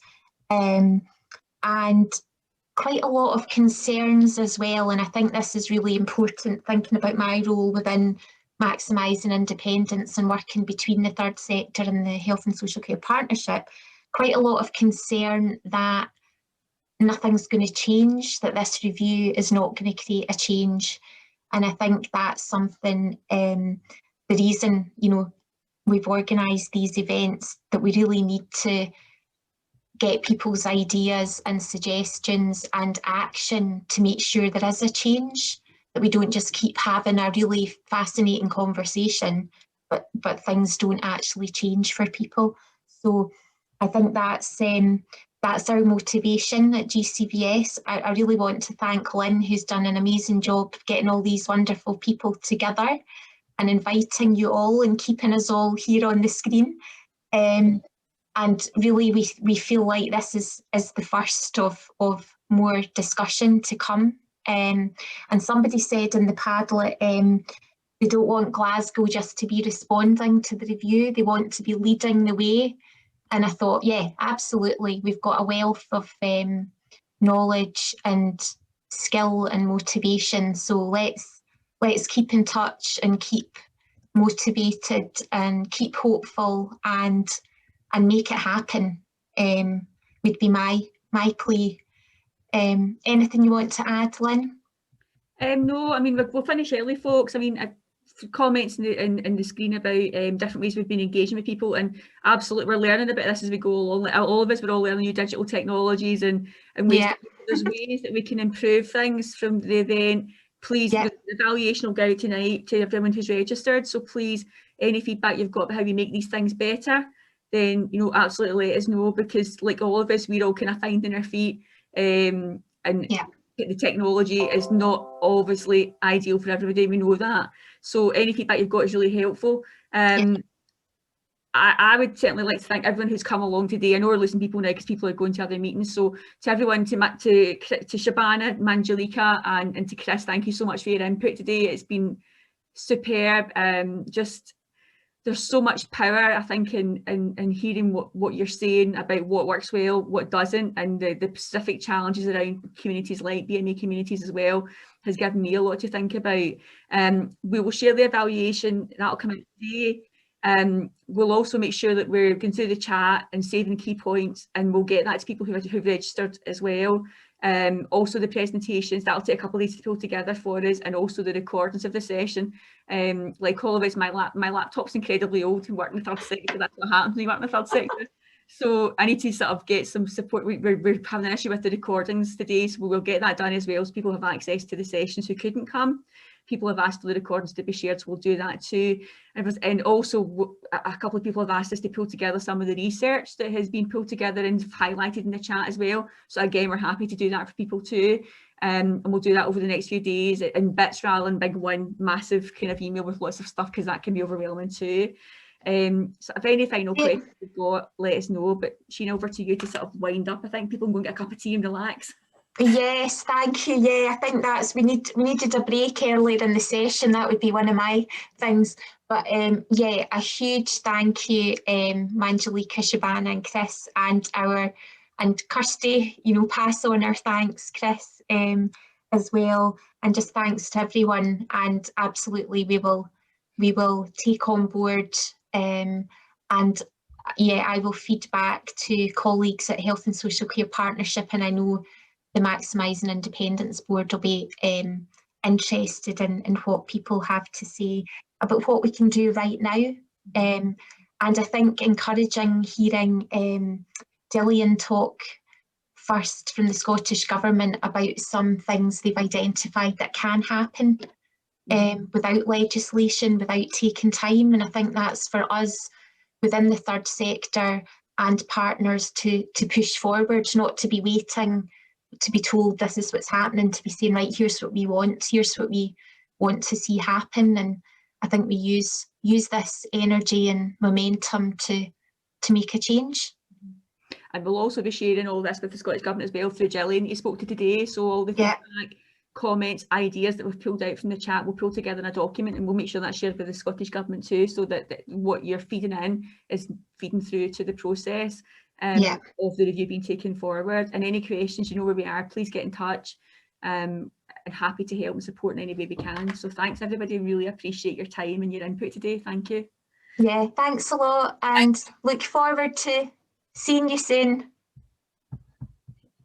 Thank you.